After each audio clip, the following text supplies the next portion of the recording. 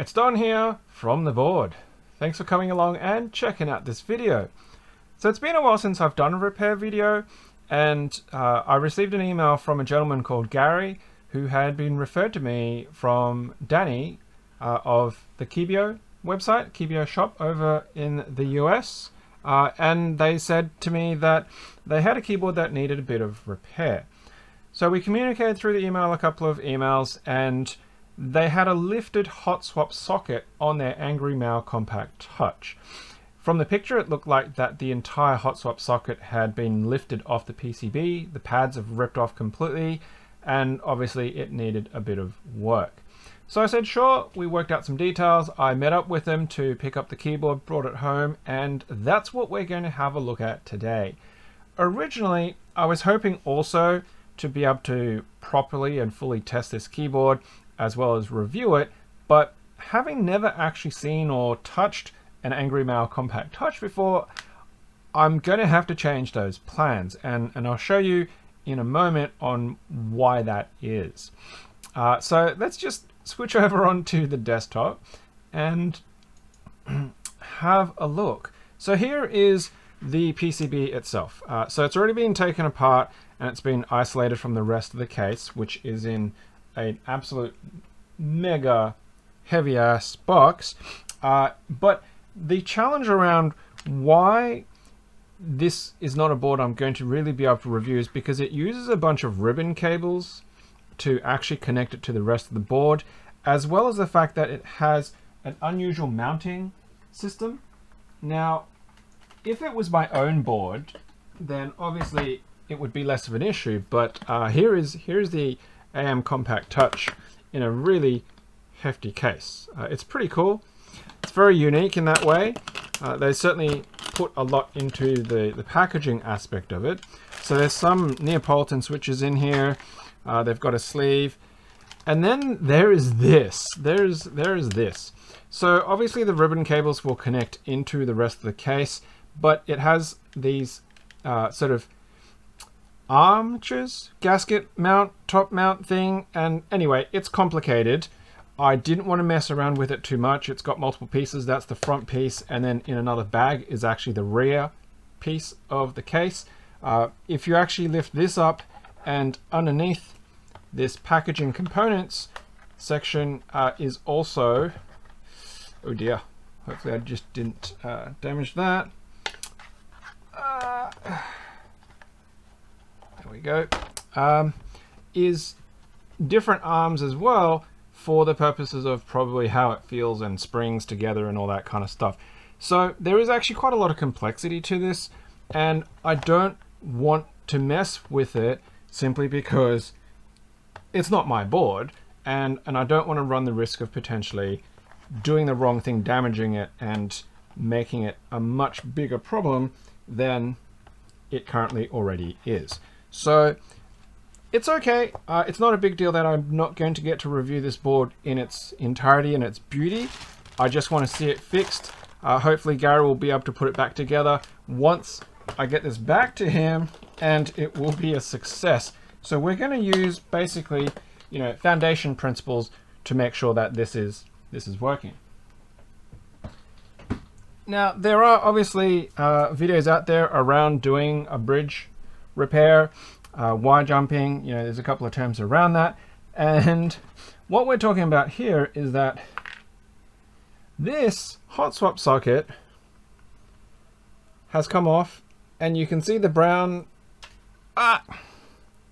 just as well. My desk is nice and clean at the moment, clear. Those brown bits, they're actually the copper from the PCB where the whole pad's ripped off completely. So where it is also a bit of a challenging problem because it's right underneath this ribbon cable. So that is the B key, and you can see the silicon substrate, the wafer there, where those two pads are. Now, how do we go about repairing this? Well, we obviously get a bit of wire, and we will need to reconnect the ends of the pads to the relative components that are required to make this keyboard matrix work. To work that out, we use a multimeter and we can use some logic to deduce what's going on. So typically in a switch format, you're going to have rows and columns, and there's obviously videos around this. I've done one previously where I've sort of drawn it out on a whiteboard, but everything is in a matrix where there's an assignment where there's a unique row or column position, and that combination is what the actual controller will read out through the software to tell you what that output is. So if the electrical pathway says from this row pin to this column pin equals this particular output. Now with that in mind, we can check around the switches around it to see what the pattern is, and then we would follow that pattern to bridge it. So we're just going to go to continuity mode, resistance mode on my multimeter. So you can see that's working and reading, and we're going to check what that looks like. Now, I already did the pre-testing, but I kind of want to just show you what this is, in that we have what I call a column arrangement, because for me, classically speaking, rows are the diode direction, but the non-diode direction is across the board. And it follows from the right side in this orientation of the socket across. So from going from any of these, normally, of course, that one didn't want to do it, but that one does. That one does. That one does. All the way across to the end, we can see that there's continuity. So there's a common channel that is running left to right. I'm not quite sure what's happening with that one, but if we go down to the next row of switches and we go right to left, it contacts. From the right to left on the next row, it contacts. And then on this row where the B switch is, it's broken because this particular routing that they've done is, personally speaking, it's a poor design, right? Because there's no backup on this. If I go to the next switch, I have continuity. Next switch, it has continuity. The next switch, which is under here, it has continuity. We have continuity. Missing switch, and then the next one over, we have no continuity. So it's telling me that the column goes pin to pin to pin to pin to pin to pin, but then because that pin is broken, it's ripped the trace, it can't go to the next of it. So the rest of that row is disconnected. Now if we go to these ones that are still here, on this side, right side to right side, continuity, continuity, continuity, continuity. Okay, so we know that the right hand socket in this orientation is going left to right, which means the other one is the one that's going to go to the diodes. So we can test that because we've got diodes neatly placed nearby for most of these, and you can't really see it very well, but if I take it up to camera, try and get the camera focus, it's very glossy. So the focus might not work so well. Okay, yeah, it's not doing a fantastic job. You're just going to have to trust looking at what the multimeter is displaying here. But if I go from the right side of the diode at the moment, where the mark is for the direction of the diode, to the actual left side, we have continuity. If I go to the other side of the diode, I do not. Okay, and if I repeat that same exercise, so the right side where the symbol mark is for the flow direction of the diode, if I can get enough contact there, yep, we'll show it. So what makes this one really interesting is a couple of these, the diodes are in a weird place, simply because of just how they've traced it or auto-traced it, but we can still see the actual symbol of the diode, and it is going to the left pin. This B key, the diode is standing vertically this way rather than horizontally, but I can see the actual mark and the direction of the flow, and it is actually at the top. So the top of the diode should be connecting to this pad, which they've conveniently put right next to each other, but the whole thing has just ripped clean right off. What makes this really challenging is the fact that this foam layer that they've put on the PCB, okay, this dampening foam is glued down. It's got an adhesive on it, right? And I don't want to ruin that by trying to peel the whole thing off. So it's very tight in there, and I may actually end up melting some of that foam trying to solder my wire in there. But you know, we'll do the best of what we can, because the risk is if I just try and flood this empty socket to hit the top of that diode, it could wick all the way around, and then it would just short the diode entirely, which is not desirable at all. So there are going to be a few challenges, but what we want now is basically for there to be, and I'll just use the probe here. Okay, so let's make sure the ribbon, and the ribbon of course is in the way, and I really don't want to play with trying to pulling it out. Maybe unravel my probes here to use it as a pointer. Okay, is that better? All right, so what we want is for this pad to go to the top of that diode, and then for this pad to go to the next right-hand switch, as well as for this one to go to the right hand of the switch before it. So we may actually have to go both ways because they ran it in series rather than in parallel, which personally I think is really, really bad. We'll have to do some testing to see if doing it to just the one previous will actually enable that, but I suspect not. So that's what's going to happen. Now, this could be a bit fiddly, it could be a bit tricky. What I've got here is I've got some super glue to just glue the socket back down, and I've got some wire here that I'll be able to use to make the bridge. I've obviously got some wire cutting tools, I've got soldering iron, solder, and all of that jazz. So I'm actually going to cut it now because I don't know how long that's going to take, and there's no point running it while I'm actually recording it specifically to this. I may just do it as a separate video and time lapse it in, and then hopefully we'll come back with that successful, which then would allow us to just do some continuity testing, and if that works, then it should be good to go once it's put back together. Okay, so fingers crossed, we'll see you on the other side.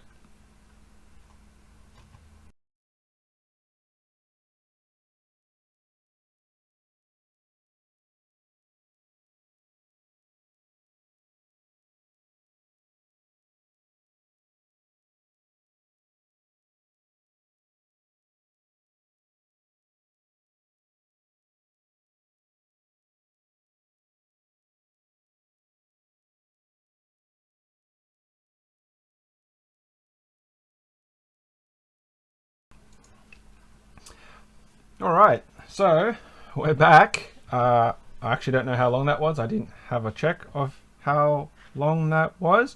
And this is the final result. So let's just have a quick look at what that is. All right, now let's just get my tweezers. Actually, let's just put the tips back on it. Okay. Probably going to cop a bit of flack around this, but that's okay. All right, so what's happened that we've resulted in doing here, come on, focus, focus, focus. Okay, so we've gone from the row now, the non-diode row, to the glued switch, and then from that one to the next one over, because we discovered that it wasn't continuous, and now afterwards we'll do it on the multimeter, so you'll be able to see that this row is now preserved. And then what we've done here is we've put in a bit of bent wire because it was such a tight spot. I did obviously melt a little bit of the foam there, and I put it to the end of the diode, and we'll also do that diode test. Originally, I had actually made this wire a bit longer, but then I realized it was going to be covering up the RGB LED, and they can generate a lot of heat. So I was kind of concerned about the plastic sitting on top of that, which is why I went and redid that with the shorter wire. Now you might say, wow, this wire is really thick. It is. So the context here, I guess, is because I wanted something a bit thicker, since I don't know how tight this is going to be in the case once it's compacted. Typically, because it's got the case foam, the foam thickness is typically the sort of gap that is in that space. And if this does end up getting a bit of compression on it, I wanted to make sure that the wire was nice and sturdy, that the joints aren't going to break, so there's a lot of contact there, and the fact that it can take a bit of that bend and that strain under compression. I guess the only concern now is if that Hotswap socket is going to stay in. It is super glued in now, and also because of the fact that it's got those joints in there in place. I feel like it's going to be okay, but at least if the join on the super glue to the PCB breaks off, the actual thickness of the wire will also help hold it kind of in position. As long as you're not pulling the switches out and putting them in a lot, it might be okay, since the switch is going to be sitting inside the plate anyway. Now, in terms of continuity testing, let's have a look. So we're currently on continuity resistance mode. Here we go. So you can see we've got that with the probes. I'm not faking it. Not that I really have any reason to. And what we've got from end to end. So previously we were going, we were going from the bottom. So now this is flipped around. So let's just go this way. So we're back to where our orientation was. So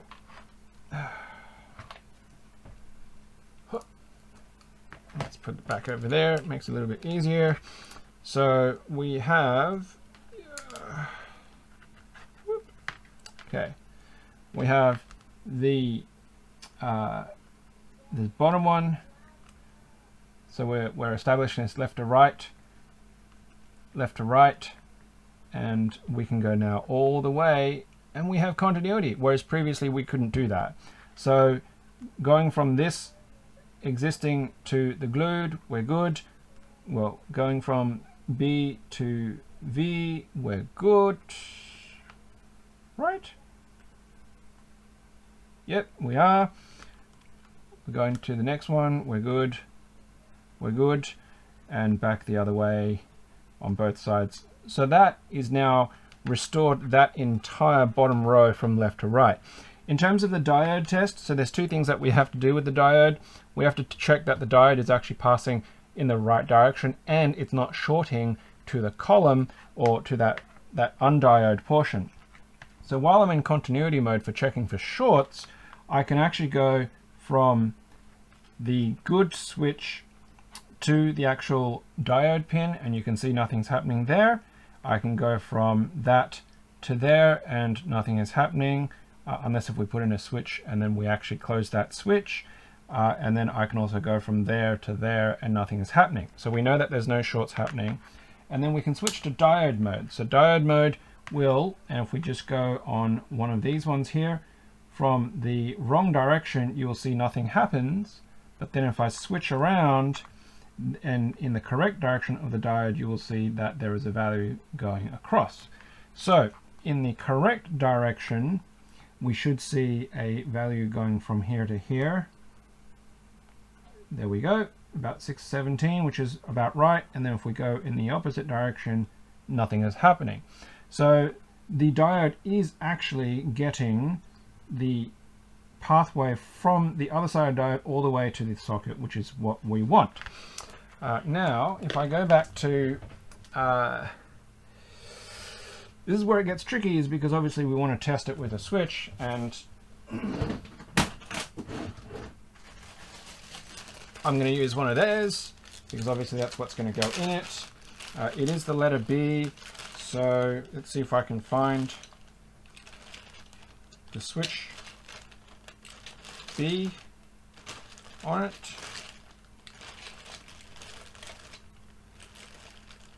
I've got B, and that's N, maybe A, B, there we go. All right, there it is. I'm pretty sure it's B.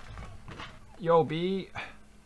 Okay, so I can take the tape off there now and let that ribbon cable go back to where it needs to go, where it wants to go. Okay, so we have ZXCVB.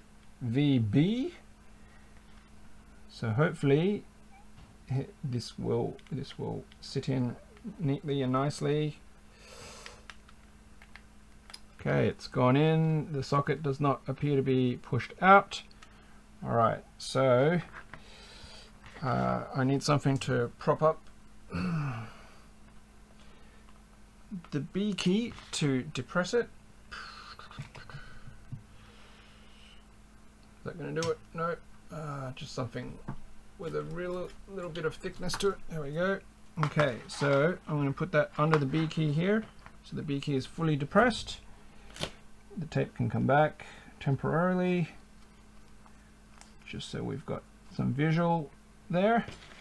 And we should now have continuity across the actual switch itself. And we do! Success! So we now should be able to go from one side of the diode to the other columns. And that gives us a correct pathway. And if we go from the diode on diode mode, we should also be able to go from the positive to the switch, which is kind of what we were looking for. Yep, the 600 odd value. And now we should be able to get that on the other side because the switch is closed, which means we'll also see it on the column, which means we'll see it all the way at the end of the row. Success!